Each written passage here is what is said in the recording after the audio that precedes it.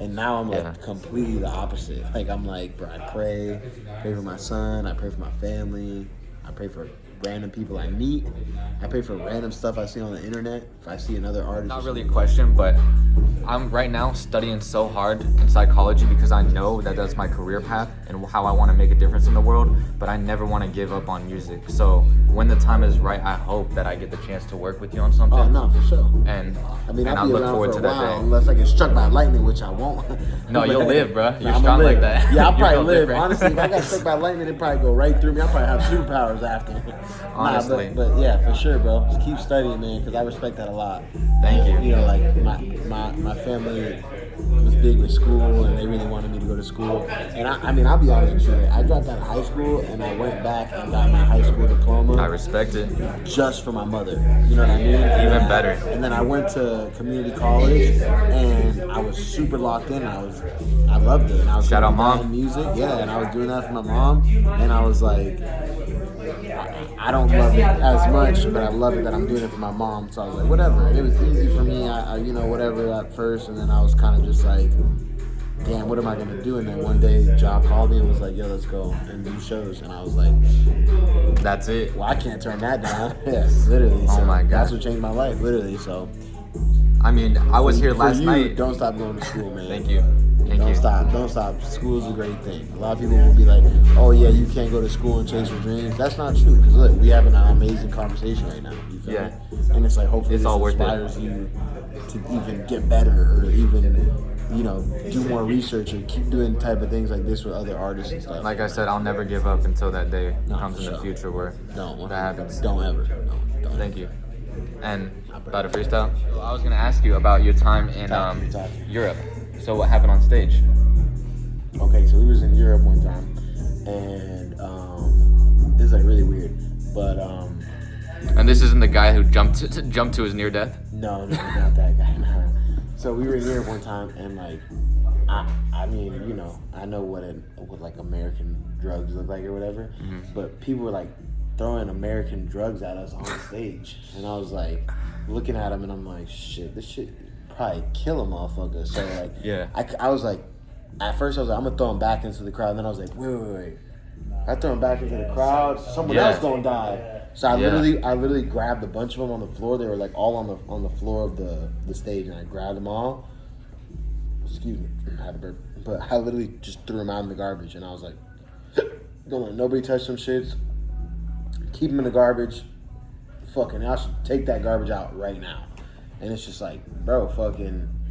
You really never know, you know, like fucking what you're gonna experience or what. But like at the end of the day, it's like you really gonna risk, you know what I mean, like your life over some shit like that. I think it's for attention, isn't it? Yeah, I feel like. You don't want to say it, but it's from the outside looking in. And also, it's like like nobody was like openly like, hey, I'm trying to give you guys drugs. They're just drugs showing up on stage, and I was like, A lot of the time, I think the attention's a cry for help at the same time. So I hope those people get the love they get. Yeah, me too. I mean, the love they need. Help and love, yeah. Because definitely, what a lot of people don't understand is like, bro. I love to have a good time, but I'm not trying to use a substance when I'm having a bad time. It's not gonna fix anything. Nah, it's gonna make it worse. Mm-hmm. Yeah, and then also it's like, you know, a lot of the time it's like, yeah, you can get the love, as much love as you feel like you need to get out of these dark times. But the truth is like, man, love is only gonna do a certain amount. If you don't help, you're never gonna get that person to get better. You know what I mean? Like the help. Yeah. And help means like sometimes you might have to be a little more stern. A lot of uncomfortable. Yeah, like a lot of discomfort. In super uncomfortable situations. Say super uncomfortable things to people or to someone else or whatever the case may be. But sometimes it takes those moments to get a real change out of a person instead of, especially when someone's used to like getting so much love. You understand what I'm saying? Yeah. Where, like love can be Like easily mistaken. and also you could be being missing desperate. someone. You could be like, you know what I mean? Nah, You for never sure. know someone's situation, but Yeah, for sure. as a psychology student, there's a lot of perspectives I can understand. 100%. Like you might think that you're trying to like what you're doing is right, but it's like you don't know that person and what they've been through or what they're going through. It's like they might just take your love or whatever and be like, okay, cool, and discard it. Yeah, Like, I always not get love actually or treat it like whatever. what it's worth. Exactly. And it's like, it's not to say that you shouldn't spread love. Love is super important, but certain people and certain things need to be approached a certain way to get a certain resolve or a certain answer. You get what I'm saying? Like, Yeah. a lot of people don't understand that, but it's real life, man, and shit. I learned a lot in the music industry and stuff like that, and it's like, look, like, You're still learning, right? yeah, I'm still learning every day, and it's like, bro, sometimes managers won't care, the label sometimes won't care, sometimes a lot of people won't care, and it's like, sometimes it's up to That's real. sometimes it's up to just either you or just the person that you trust the most next to you, you know. And it's like, Yeah. like, it's not easy when that person is like living off you or making money off your craft also, or you guys are working together. You don't want to have to soap up your best friend just to make a choice. That's what I'm saying, you know. So it's like, sometimes maybe you as a man need to take a step back and be like, I have to walk away from a situation for a little bit. Yeah, just like meditate and solace. Yeah, for them to realize, hopefully they realize, and like, I don't know, shit. A lot of people, you know, they believe in God or other things. Yeah, I hope you had a great Good Friday. And thank you for being here. No, absolutely. Because I came here straight from church. I'm coming right back tomorrow. I got to do Easter with my family for my son's first Easter. So. Oh my gosh, that's gonna be awesome. Nah, I'm so excited. But yeah, bro, you know, like, I went through a point in my life where I was like, I didn't believe in God. Like, you know, you could ask me on any day. I mean, I believe you because I followed you for almost a decade. You've seen my change and stuff. There's videos that are deleted off the internet for reasons. Yeah, for sure, bro. It's like there was points where I was just like, I don't believe in God. Like, I don't think it's real. Like, I didn't think it was real. I didn't think that mattered in life or whatever. And now I'm like completely the opposite. Like, I'm like, bro, I pray for my son. I pray for my family. I pray for random people I meet. I pray for random stuff I see on the internet. If I see another artist or someone going through it. What's the harm that's gonna come? You know what I mean? It's either. No, I was just about to answer. It's either like a yes or no wait. harm. Yeah, exactly. Like, for real. Really, the harm is like not doing it. For real, because then you have that guilt. You always feel like, damn, did I ever try? Did I ever do anything? Did I try hard enough? Trying to better ourselves. Well, yeah, at the end of the day, that's the truth. Sorry to change the subject, but I have a best friend who I just made this semester in school. So I just met them in January, and I got to a point in my life where, I thought I was okay, and I have all these tools to manage my mental health, but I couldn't do it by myself, and I didn't realize how many people were actually there for me, and I just wasn't reaching out. So I made a best friend, like an amazing friend named Cece, and she's such a huge fan of X. And X has influenced her music to get her to like a following that's like, and just like a level of confidence and you know, if you just shout her out, shout out Cece. I know that he would be happy about that. So Cece, shout out to you. I love you. Saved my life. We love you, and thank you for saving his life. That's all that matters. At the end of the day, you can change one person's life and change it around like that. You already did it. An amazing mission. You feel me? And I like to think, in my opinion, if you do things like that, more things like that will come. So you're gonna save a whole lot more people, you know? Yeah, through just talking, making music. Heck yeah. Thank you so much. She wished she could be here. And she here right now with us in spirit. For real. And you know, I'm almost like jumping out of my seat because after this I want to go get a tattoo on the leafless tree. Oh, that's just for some reason I've been wanting it for a while, but it's right there. You know what I mean? Yeah. And okay, I don't want to put you on the spot, so I'm gonna pause it. I need to hear this. This is important. Yeah. And the freestyle was good. Yeah, shit was fire. Honestly, you like freestyling to the beat playing right now. All the people who follow me are so mad they didn't hear that. If you had to be here, you know? Yeah. You had to be here. If you weren't here, you missed it. Sorry. So what made you get a poet? What made me a poet, and how that made me freestyle? Kind of a two-parter. But I have to pay respects to every single English teacher that I had, because back in middle school, I was, like I said, a shy kid. I discovered Juice 12, 13, and that was 999 era, so right in between the name change. Yeah.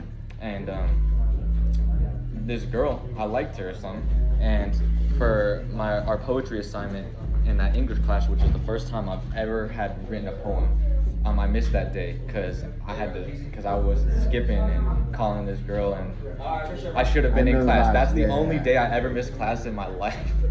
And just because. I get it. Shout out to her.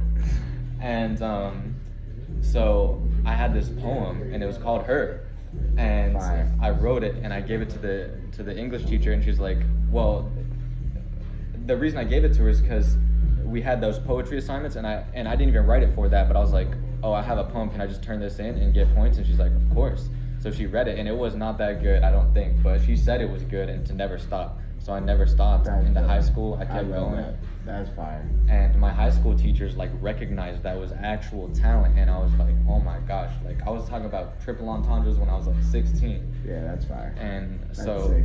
Some Jew shit, literally. I mean, he had an influence for sure, a heavy influence. And I love that shirt. Is that from Chris, by the way? The Chris Long, the shirt? This ain't a ripoff. You bet it is. Snap. You snapped so hard. I noticed it as soon as you walked in. I was like, I know. Chris has recognized me on Twitter before just because someone was saying I want to be the tangent, but someone was like I want to be the best, and I was like, and another person was like, but I'm the best, and he's like, you can be the pest too, and I said, but not deadlier than some asbestos. Ooh, that's fire. If you know, you know. Yeah, facts. You know what's crazy? While we was talking about all this, I just looked at that and I'm like, look at that drug abuse guy. Yeah, I'm like, wow. We're talking about how bad drugs are, and there's a whole. Yeah, there's a whole thing about it, literally. Yeah, man, that's sick. Can they see that on there? It's like no, this is very important, guys. We're in the place where the best music gets made, and they want you to not abuse drugs. Damn, let me see that. That's actually sick. So then in high school, I kept writing because I was even more motivated. The poetry was only getting better, but I was getting materials for free from my teachers for my birthdays and stuff. Dope. And then I was posting secretly on this Instagram account called Underrated Poet, and I was going on Omegle and sharing. Oh, that's how. Dope. So it was totally anonymous. Yeah, that's dope. No one even knew. Because I was on Omegle for a while too, just like doing random shit, like fucking. All those strangers on Omegle, they don't know the difference that they made in my life, listening to my poetry and stuff like that. That's sick. That's actually super sick. Yeah, because I've done that. I've gone on Omegle, played some music, and then be like, oh, that's pretty dope. The marijuana has an age. Yeah, marijuana. I'm like looking at that. I'm like, what the hell? Is this a joint? It's supposed to be a joint. Yeah, it is. Heroin. What is heroin? I thought it was for fishing. Heroin does what? It's bad. But what? This party? What the hell is this? Yeah, I can imagine. With a syringe? Oh my god, this is horrible. Yeah, don't do drugs, guys. Oh my god. You're gonna have scars, and those could be physical or mental, but you're gonna have them. Shit, most of the times they'll be physical if you do drugs. That's something that I learned for sure. I've seen firsthand, and it's like some scars that you'll see forever. Is it ever worth it? Like, shit, I mean, nah. No, it's never worth it. Even I've gone through my bad parts, certain things, and it's like, I mean, it's not as bad, but like, I'm glad you could be here to share. I had a little LSD phase and stuff, and I'm like, yeah, that probably fried me a little bit, you know what I mean? And that's like, probably didn't have to use it. Definitely made me a little creative, but at the same time, it was like, at the whole time that was somewhere in you. Yeah, for sure, it was already there. It was already there, exactly. Yeah. But yeah, man, all those things ain't even worth it. I'm looking at this shit right now, and I'm just like, man, that's insane. I mean, most of these I didn't even know before I don't even know half of them either. I'm like reading them and I'm like, what the hell is half of this shit? I'm like, don't do none of this shit. Bit of amphetamine. Sound like a cousin of methamphetamine. Biphetamine, that's what turns you fruity. What's Escabarbara?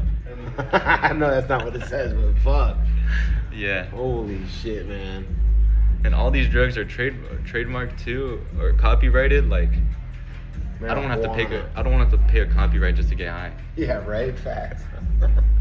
Hey, man, I really appreciate that. And then in college, I started winning the competitions because my English teacher motivated me to write more, and I won with what he motivated me to write. Oh, that's Did my sick. own thing, and then won again. And I'm paying for my poetry. What do you write about?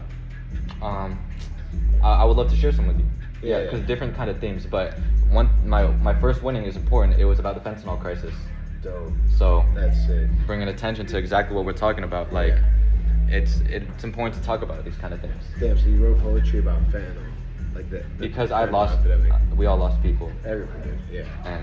And let's not cry right now. Where are you from? Because this is my hometown. Is your not Mesa, but I get it. Yeah. But North Phoenix. And out here, there's I've been a here lot always. of fake ass drugs and a lot of just drug abuse and stuff out here, man. You know, like I said, they lost people out here, man. It's just tough. Dude, I would.